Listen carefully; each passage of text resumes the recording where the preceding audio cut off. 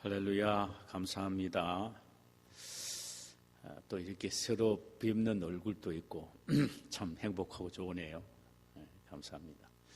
주의 성령께서 오늘 이 시간 우리 모두에게 넘치는 은혜를 주시기를 원하오며, 하나님의 풍성한 은혜가 오늘 예배 가운데 우리 모두에게 임하게 되기를 소원합니다. 오픈카를 타고 신나게 달리던 한 청년이 급 커브를 하는 바람에 벼랑으로 떨어집니다. 다행히 차에서 그가 튕겨나와 손을 뻗었는데 한 나무 가지를 잡게 됩니다. 대롱대롱 나무에 매달려 있지요. 밑을 내다보니 어마어마한 낭떠러지였습니다. 그는 죽을 힘을 다하여 외치립니다. 사람 살려. 아무도 없습니다. 마침내 절규하듯 그는 하나님을 찾기 시작합니다. 어릴 때 주일학교에 다녔던 생각이 나서 하나님 앞에 기도하면 들어주신다는 게 아직도 기억이 남아서 하나님 살아계시면 제발 좀 날 살려주세요. 그때 갑자기 그 머리 위에 구름이 모이더니만 구름 속에 한 음성이 들렸습니다. 그래, 내가 너를 도와주마. 그렇다면 내가 네게 묻는데 정말 네가 나를 믿니? 내가 너를 도와줄 수 있는 분으로 믿느냐? 라는 음성이었습니다. 예, 제가 믿습니다. 하나님 믿습니다. 그때 하나님의 음성이 또 들려지기 시작했어요. 나를 믿으면 잡고 있던 나무 가지를 놓아라. 한참 침묵이 흐른 후에 이 청년은 다시 소리칩니다. 거기에 누가 다른 사람 없어요? 실존주의 철학자 키에르케고르라는 사람은 믿기 어려운 것은 이해가 되지 않아서가 아니라 순종하기가 싫어서 그렇다 그랬습니다. 참 우리의 가슴을 때리는 말씀이라고 생각이 됩니다. 그러니까 하나님의 말씀을 순종하고자 하는 의지와 마음이 없어서 믿지 못한다는 겁니다. 여러분들은 신앙의 최고의 열매가 무엇이라고 생각이 되십니까? 기도 많이 하는 것이라고 생각하십니까? 그렇지 않으면 여러 면에서 헌신을 많이 하는 것이라고 생각이 되십니까? 물론 이런 것들은 귀중한 열매이기는 합니다만, 그러나 믿음의 최고의 열매는 순종이라는 사실을 알아야 합니다. 그래서 순종 없는 믿음이 헛된 것임을 본문 17절에서 이렇게 말합니다. 이와 같이 행함이 없는 믿음은 그 자체가 죽은 것이니라. 26절에서도 영혼 없는 몸이 죽은 것 같이 행함이 없는 믿음은 죽은 것이니라. 호흡하지 않는 몸이 죽은 것처럼 순종하지 않는 믿음은 죽은 것이라는 것입니다. 생명이 없다는 말입니다. 순종하지 않는 믿음은 영적으로 죽었기에 다른 사람에게 그 어떤 향기도 미치지 못한다는 것입니다. 그래서 오늘 본문 20절에 보면은 아하, 허탄한 사람이야. 행함이 없는 믿음은 헛것인 줄을 알고자 하느냐. 그러니까 여기 행함이란 말은 순종을 말하는데 아무리 믿는다고 큰 소리를 치고 힘있게 고백한다 하더라도 행함이 없는 믿음은 헛것이라는 사실입니다. 본문에서 야고보 사도는 구약 성경에 등장한 인물 중에 믿음과 순종을 가장 균형 잡게 신앙생활했던 사람이 두 사람이 있다라고 말합니다. 한 사람은 아브라함이요, 한 사람은 기생 라합이라고 말합니다. 오늘 이 시간에는 아브라함의 순종에 대하여 함께 생각해 보기를 원합니다.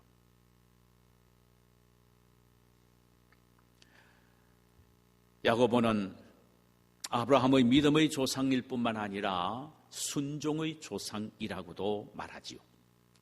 그렇다면 아브라함의 후손인 우리 역시 아브라함의 믿음뿐만 아니라 그분의 순종까지도 본을 받아야만이 아브라함의 후손이 될 수가 있습니다. 아브라함의 순종의 모습은 두 가지 사건을 통하여 나타납니다. 하나는 화란에서 가나안으로 출발한 사건을 통하여 보여주고 있습니다. 처음 그가 갈대아 우르에서 하나님의 명령을 받고 가나안으로 향하게 됩니다. 그러다가 아마 그 아버지 때문인 것 같습니다만은 계속 오지 못하고 화란에서 머물게 됩니다. 어느 정도 머물러 있은지는 모릅니다만은 그는 화란에서 머물다가 아버지 데라가 세상을 떠났을 때에 놀라운 것은 그때 하나님의 음성이 2차로 들려지기 시작합니다. 아브라함아, 너는 고향과 친척 아비 집을 떠나 내가 내게 보여줄 땅으로 가라. 그때 그의 나이는 75세였습니다. 사람이란 희귀 본능이 있습니다. 나갔다가도 나이가 들면 고향, 뒷동산, 친구들과 뛰놀던 그 아름다운 추억의 뒷동산에 묻히기를 원합니다. 그래서 고향으로 돌아오지요. 그런데 그 나이에 고향을 떠난다는 것은 도저히 그에게는 이해할 수 없는 부분이었습니다. 그러나 그는 이해가 되지 않고 궁금해도 전혀 묻지 않습니다. 하나님, 왜 가야 합니까? 거리는 어느 정도 됩니까? 며칠 걸릴 것 같습니까? 길 좀 보여주세요. 이렇게 말하지 않았다는 사실입니다. 그저 하나님의 말씀에 아멘 하면서 순종하며 떠나갔습니다. 히브리서 11장 8절에서 그의 순종의 모습을 이런 단어 하나로 표현을 하고 있습니다. 믿음으로 아브라함은 부르심을 받았을 때 순종하여 장래 기업으로 받을 땅에 나갈 새 갈 바를 알지 못하고 나갔다. 갈 바를 알지 못하고 나갔다. 이 말은 어디가 가나안인지 어떤 방향인지 어느 정도 거리가 되는지 전혀 묻지도 않고 따지지도 않고 이해하려고 노력하지도 않고 그저 아멘 하면서 발걸음을 옮겼다는 말입니다. 여러분, 가나안을 향하는 아브라함의 심령을 이해할 수 있을 것 같습니까? 그저 아멘하고 오기는 왔지만 인간적인 갈등이 엄청났을 것입니다. 수개월 동안 사막길을 비틀거리며 따라오는 65세 된 아내, 이따금씩 불평하며 따라오는 조카 롯과 수많은 노비들, 상상해 보건대 먼 거리를 따라오느라 지쳐 병들어 죽거나 지쳐 죽은 사람들이나 가축들이 꽤 있었을 것입니다. 그때마다 괜한 고생 사서한다며 불평하며 따라오는 아내의 등살에 이만저만이 아니었을 것입니다. 이런 악한 환경 속에서 아브라함의 갈등 역시 심했을 것입니다.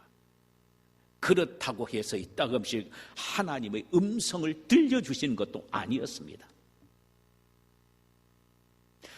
화란에서 갈대아 우르까지 오는 데는 보통 성경학자들은 이야기하기를 그 많은 노비와 소떼와 양떼를 이끌고 걸어서 온다는 것은 최소한 6개월 내지 8개월 동안 걸렸을 것이다라고 이야기합니다. 그런데 그 사이에 어떤 하나님의 음성도 들리지 않았습니다.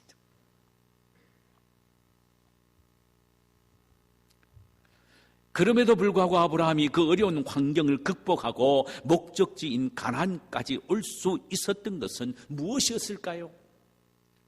창세기 12장 4절에 기록대로 여호와의 말씀을 따랐기 때문이다. 여기에 따랐다는 말은 단순히 들었단 말이 아니라 듣고 행동으로 옮겼다는 말입니다. 순종에 포커스가 있습니다. 그가 따라간 하나님의 말씀, 그가 따라간 즉 순종의 근거가 된 하나님의 말씀이 뭐였냐 하면은 창세기 12장 1절에서 3절입니다. 너는 너의 고향과 친척과 아비 집을 떠나 내가 내게 보여줄 땅으로 가라. 내가 너로 큰 민족을 이루고 내게 복을 주어 내 이름을 장대하게 하리니 너는 복이 될지라. 너를 축복한 자에게는 내가 복을 내리고 너를 저주하는 자에게는 내가 저주하리니 땅의 모든 족속에 너로 말미암아 복을 얻을 것이라. 라는 이 말씀을 붙잡고 순종하며 나갔다 이 말이죠. 이렇게 말하면은 어떤 사람은 이런 반문을 할 것입니다. 아이고 목사님, 축복의 말씀을 약속하셨으니 순종하는 것은 당연한 일이라고 생각할 수가 있지 않습니까? 이렇게 질문하고픈 분이 계실 겁니다. 그러나 여러분, 아무리 축복의 말씀이라고 해도 늙은 나이에 아직 자식도 없는 상태에서 그것을 떠나라고 하신 하나님을 도저히 이해가 되지 않고 납득할 수 없는 상황이었을 것임을 우리는 짐작할 수 있습니다. 그러나 그는 그 상황 속에서도 하나님의 말씀을 붙잡고 따라가는 순종의 발걸음을 늦추지 않았습니다. 진정한 순종이란 자신의 유익과 기분에 따라 하는 것이 아니라 어떤 경우에도 하나님의 말씀 앞에 아멘하며 나아가는 것입니다. 그러므로 그리스도인에게 있어서 순종은 선택사항이 아니라 필수사항입니다. 순종은 믿음의 열매이고 믿음은 순종의 뿌리이기 때문입니다. 뿌리가 매우 중요하지요. 그러나 열매를 통하여 그 뿌리를 확인할 수가 있습니다. 열매가 없으면 그 나무의 뿌리는 죽었거나 병들은 것입니다. 건강한 뿌리는 반드시 열매를 맺게 되어 있듯이 건강한 믿음의 사람은 반드시 순종의 열매를 맺게 되어 있습니다. 본문 14절을 보십시다. 내 형제들아, 만일 사람이 믿음이 있노라고 행함이 없으면 무슨 유익이 있으리요? 그 믿음이 능히 자기를 구원하겠느냐? 순종 없는 믿음은 아무 유익도 가져주지 못한다라는 말씀입니다. 아브라함은 화란에서 가나안으로 떠나는 이 순종을 통하여 그의 믿음의 위대함을 보여주고 있습니다. 그의 믿음은 오직 순종을 통하여 꽃을 피우고 있죠. 또 하나의 사건은 그가 이삭을 바친 사건을 통하여 그의 순종의 절정의 모습을 보여주고 있습니다.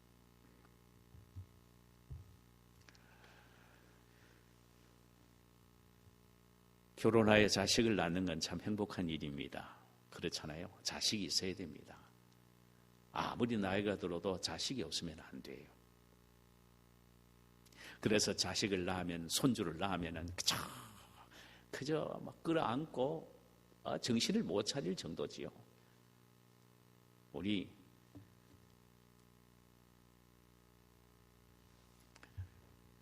한 권사님이 손주를 몇 번 안아봤었는지 모르겠습니다만, 예? 근 인생 60년 만에 그 어떻든 손주를 안고 있으니까 얼마나 기분 좋겠어요. 그게 바로 인간의 마음입니다. 그런데 말이에요, 눈에 넣어도 안 아플 100세의 아들을 낳았는데 그가 이삭인데, 그 이삭이 16, 17 되는 어느 날 하나님이 아브라함에게 이렇게 말씀하셨어요. 아브라함아, 내 아들, 내 사랑하는 독자 이삭을 데리고 모리아 땅으로 가서 내가 내게 일려준 산 거기서 그를 번제로 드리라. 여러분, 번제가 제사 가운데 하나인데요, 짐승을 각을 뜯어서 제단에 올려서 불태워 드리는 게 번제입니다. 번제요. 그래서 burning sacrifice, 불에 태워드린 겁니다. 잘라가지고. 아니, 백세에 아들을 주신 하나님이 그 아들을 지금 번제로 드리라는 것입니다. 여러분, 화란에서 떠나라고 하실 때는 가나안의 축복을 약속하시면서 순종을 요구하셨으나 이삭을 바치라고 하실 때에는 받은 축복을 포기하라는 의미에서 순종을 요구하셨습니다. 그래서 여러분, 아까 첫 번째 제가 질문을 했을 때 하나님이 축복을 약속했기 때문에 순종하는 것은 쉽지요, 그렇게 말하신 분, 그렇게 생각한 분이 있다 그랬죠. 그러나 오늘 본문에 보세요. 너가 받은 축복을 포기하여 이삭을 바치라고 하는 순종은 전부를 희생하는 것입니다. 차라리 자기 자신이 죽는 게 낫죠. 그런데 이 상황 속에서도 아브라함은 아멘했습니다. 이는 참된 순종은 전천후 순종이라는 것입니다. 이삭을 바치라는 하나님의 명령이 떨어졌을 때 그는 한순간도 주저하지 않았습니다. 그는 밤새도록 이삭을 번제를 드릴 준비를 했어요. 번제에 쓸 나무를 패고 이삭을 자를 칼을 갈고 그리고 종들을 준비시켰습니다. 그래서 아침이 되자마자 종들에게 나무를 지우고 자신은 칼을 들고 하나님이 지시하신 한 산을 향하여 걸어갑니다. 하루 이틀이 아니라 장장 3일 동안입니다. 여러분, 아브라함은 우리와 똑같은 인간이라는 사실을 기억하셔야 합니다. 그렇다면 그가 걸어가는 3일 동안은 온갖 인간적인 생각이 다 들어서 참으로 힘들고 어려웠을 것입니다. 하나님이 이삭을 통하여 나의 후손이 하늘의 별처럼 많게 해주시겠다고 약속하셨는데 장가도 들기 전에 바치라. 이건 좀 이상하다. 아니야, 내가 잘못 들었을 거야. 어쩌면 내가 노망이 들었는지도 몰라. 여러분, 이렇게 하면서 그 하나님의 말씀에 대한 순종을 포기할 수도 있었을 것입니다. 그것뿐만 아닙니다. 만약 이 사실을 아내가 안다면 아내는 충격으로 급사할 것이며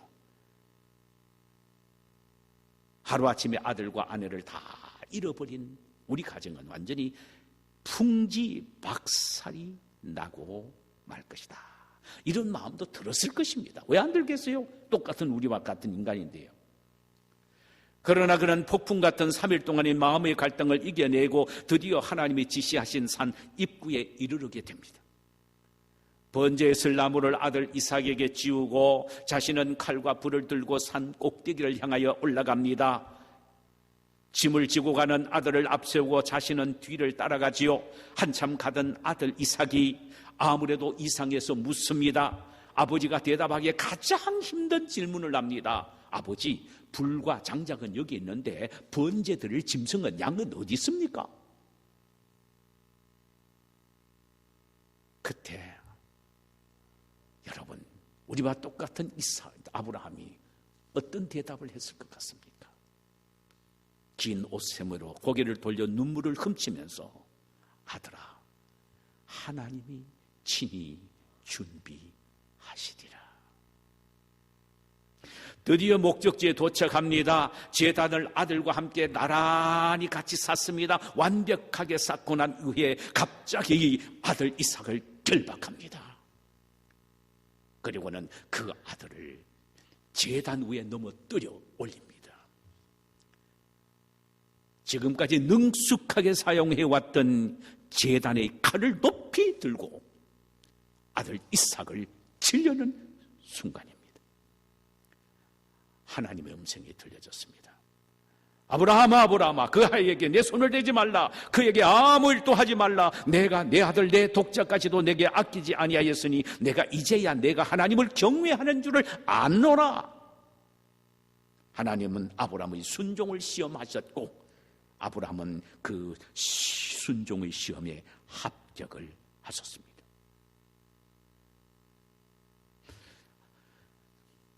본문 21절에서는 야고보는 아브라함의 순종에 대해서 이렇게 표현합니다. 우리 조상 아브라함이 그 아들 이삭을 제단에 바칠 때 행함으로 의롭다 하심을 받은 것이 아니냐.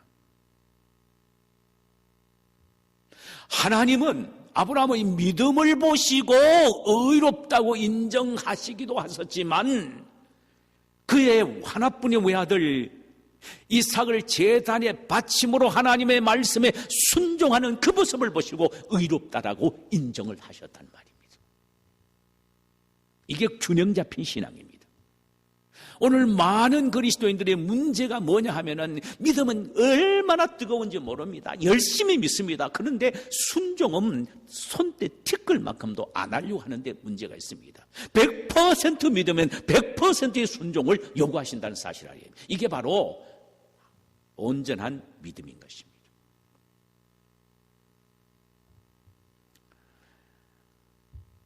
자, 그렇다면 우리가 이걸 한번 생각해 보십시다.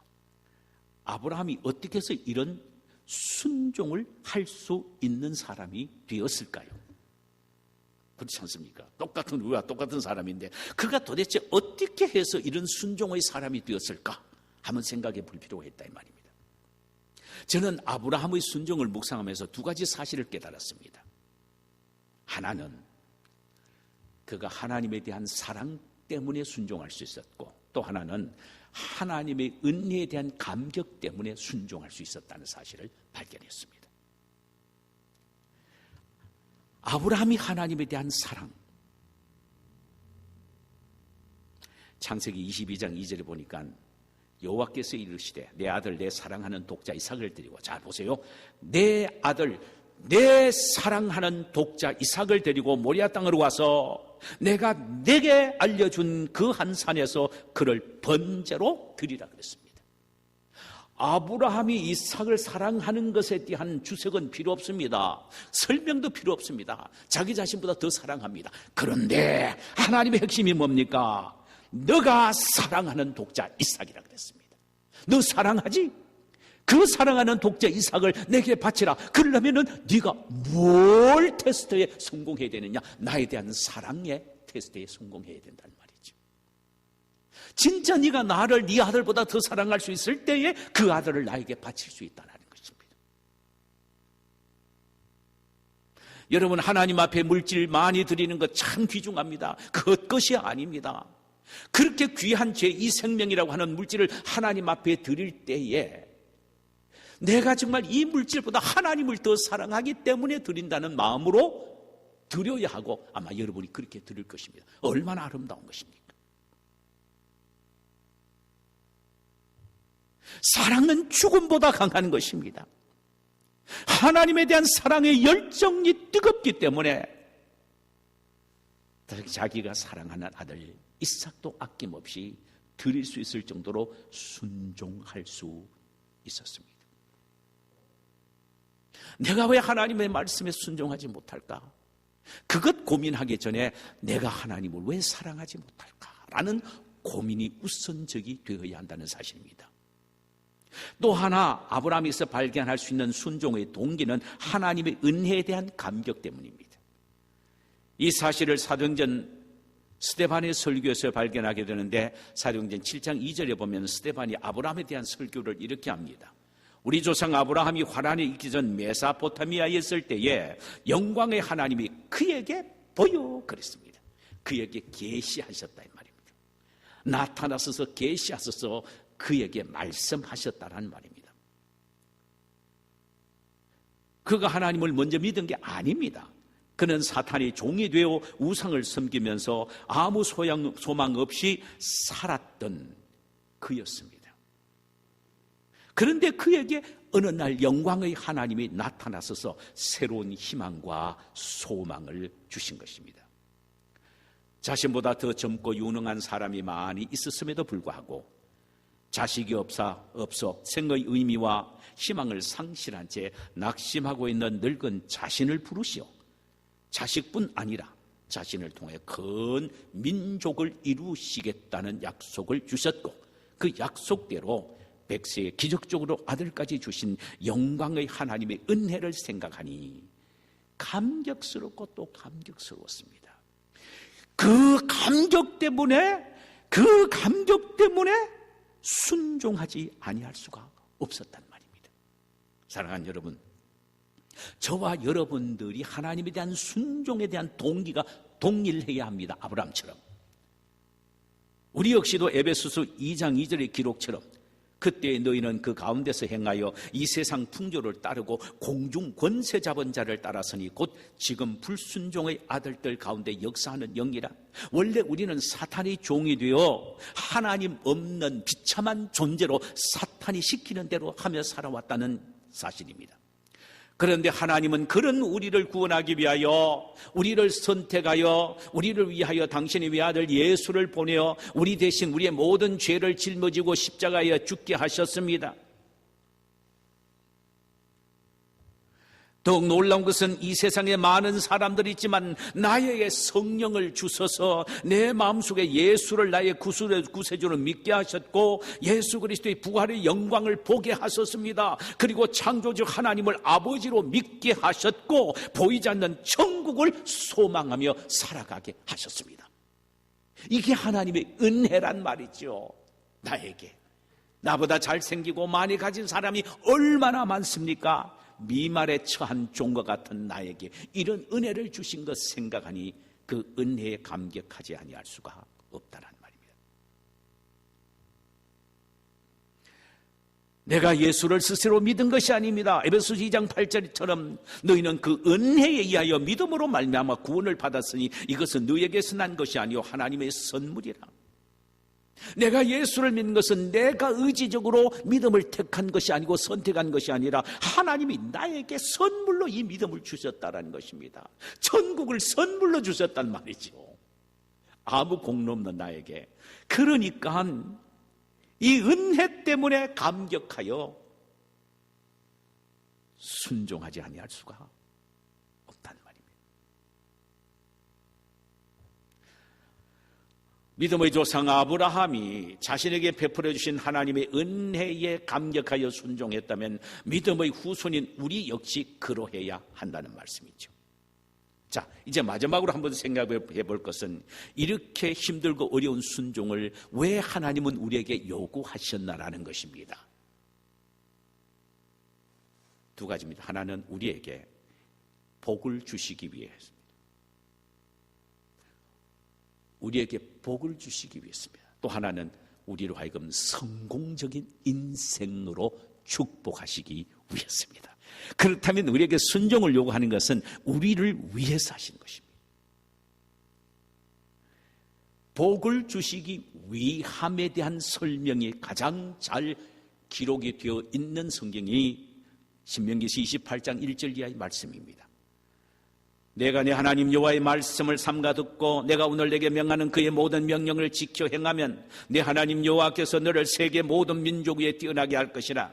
내가 내 하나님 여호와의 말씀을 청종하면 이 모든 복이 내게 임하여 내게 이르리니 성읍에서도 복을 받고 들에서도 복을 받을 것이며 내 몸의 자녀와 내 토지의 소산과 내 짐승의 새끼와 소와 양의 새끼까지 복을 받을 것이며 내 떡반죽의 그릇까지로 복을 받을 것이며 내가 들어와도 복을 받고 나가도 복을 받을 것이니라. 순종하면 잃어버리고 손해보는 것처럼 느껴지나 사실은 하나님이 복을 쏟아 부어주시기 위하여 요구하시는 조건이 된다는 말씀이죠. 예수님도 순종하는 자에게 주실 축복을 요한복음 14장 21절에서 이렇게 말씀하셨습니다. 나의 계명을 가지고 지키는 자라야 나를 사랑하는 자니 나를 사랑하는 자는 내 아버지께 사랑을 받을 것이요 나도 그를 사랑하여 그에게 나를 나타내리라고 하셨습니다. 주님의 말씀에 순종할 때에 하나님의 사랑을 받을 뿐만 아니라 예수님도 순종하는 우리를 사랑하여 자신을 우리에게 나타내 보이시겠다고 하셨습니다. 즉 만나 주시겠다는 말씀입니다. 얼마나 큰 축복입니까? 그러니까 우리에게 복을 주시기 위하여 순종하라고 하셨습니다. 또 하나는 성공하는 인생이 되도록 하기 위하여 순종하라고 하셨죠. 마태복음 7장 24절에서 27절 보면은 이런 말씀이 나옵니다. 그러므로 누구든지 나의 이 말을 듣고 행하는 자는 그 집을 반석 위에 지은 지혜로운 사람과 같으리니 비가 내리고 창수가 나고 바람이 불어 그 집에 부딪히되 무너지지 아니하나니 이는 주추를 반석 위에 놓은 것이요 까닭이요 나의 이 말을 듣고 행하지 아니하는 자는 그 집을 모래 위에 지은 어리석은 사람 같으니 비가 내리고 창수가 나고 바람이 불어 그 집이 그 무너짐이 심하니라. 바람이 불어 그 집에 부딪힘에 그 무너짐이 심하니라.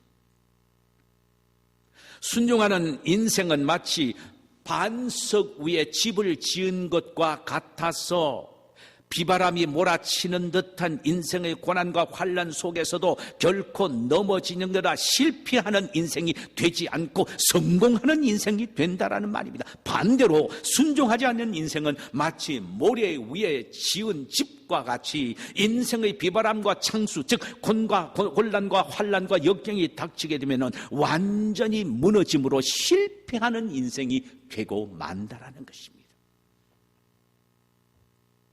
그러므로 인생의 성공을 위해서는 순종하는 삶을 살아야 된다는 것입니다. 이로보건대 순종을 잃어버리고 손해보는 것 같으나 순종을 잃어버리고 손해보는 것 같으나 그러나 성공의 확실한 보증이요 다 얻게 되는 절대 조건이 된다는 말씀입니다. 믿음의 조상 아브라함은 하나님의 말씀을 믿었을 뿐만 아니라 그 말씀을 순종함을 통하여 영육의 복을 받았습니다.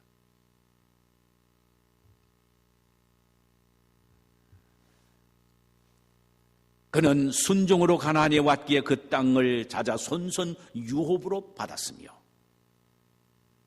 백세에 얻은 아들 이삭을 모리아 산에 번제로 드리는 순종이 있었기에 하나님으로부터 의인이라는 칭함을 받았으며 이삭을 도로 받고 하늘의 별같이 바다의 모래같이 많은 자녀의 복을 받은 것입니다. 주님은 열매를 보고 그 나무를 안다고 말씀하셨습니다. 이는 순종을 보면 그 사람의 믿음을 알 수 있다라는 말입니다. 유명한 설교자 요나단 맥리올드라는 사람이 이런 말을 했습니다. 순종은 믿음의 딸이다. 참 재미있는 표현입니다. 그 딸을 보면은 그 어머니를 안다라는 말입니다. 순종은 믿음의 딸이라는 말. 이는 그 딸을 보면 그 어머니를 알듯이 순종을 보면 그 사람의 믿음을 알 수 있다라는 말입니다. 우리가 하나님 앞에 우리의 믿음을 보여드리고 다른 사람에게 우리가 믿음을 갖고 있는 믿음의 사람이라는 사실을 보여주기를 원한다면 순종을 통하여 보여줄 수밖에 없다는 것입니다. 믿음은 그 사람 속에 있기 때문에 우리가 눈으로 보지 못합니다. 확인 안 됩니다. 그러나 순종은 속에 있는 것이 아니라 밖으로 열매로 맺혀지기 때문에 안다라는 것입니다. 드러나게 되어 있습니다. 사랑하는 성도 여러분, 우리가 다 잘 알듯이 참 믿기는 쉬운데 순종하는 것은 참으로 어렵습니다. 순종은 자기 희생이요, 자기 포기요, 자기 죽음이기 때문입니다. 그러나 하나님은 우리가 할 수 없는 것을 하라고 말씀하시지 않습니다. 반드시 할 수 있게 하라고 하시는데 두 가지 사실을 확신하고 기억할 때 우리는 얼마든지 순종할 수 있습니다. 하나님을 뜨겁게 사랑할 때, 하나님을 뜨겁게 사랑할 때, 나 같은 죄인 구원해 주신 하나님의 은혜를 끊임없이 기억하고 감격할 때 우리는 진정으로 순종할 수 있게 되며 그 순종으로 말미암아 하나님에 의하여 축복과 성공의 은혜를 얻게 될 것입니다. 이런 축복이 우리 모두에게 있기를 주님의 이름으로 축원합니다. 자, 우리 찬송 한 장 부르실까요? 459장입니다.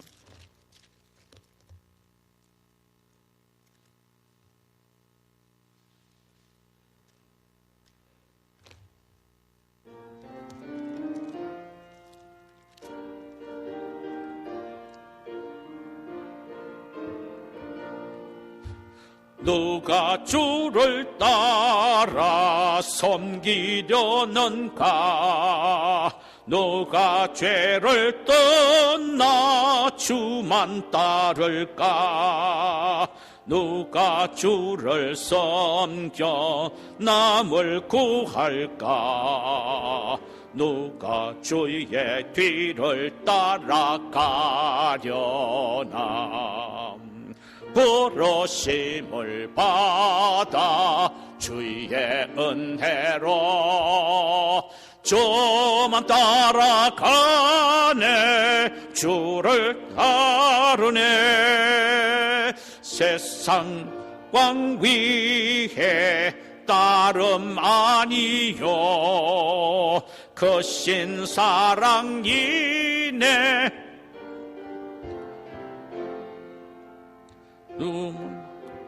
은혜 힘입어 주의 뒤를 따라 힘써 일하세. 부르심을 받아 주의 은혜로 주만 따라가네. 주만 따르네. 환난 비방 고 원수 강하나면 주의 용사 더욱 힘이 강하니. 누가 능히 이겨 넘어뜨리랴. 변함 없는 진리 승리하리라면 기쁜 찬송하며 주의 은혜로 주를 따라가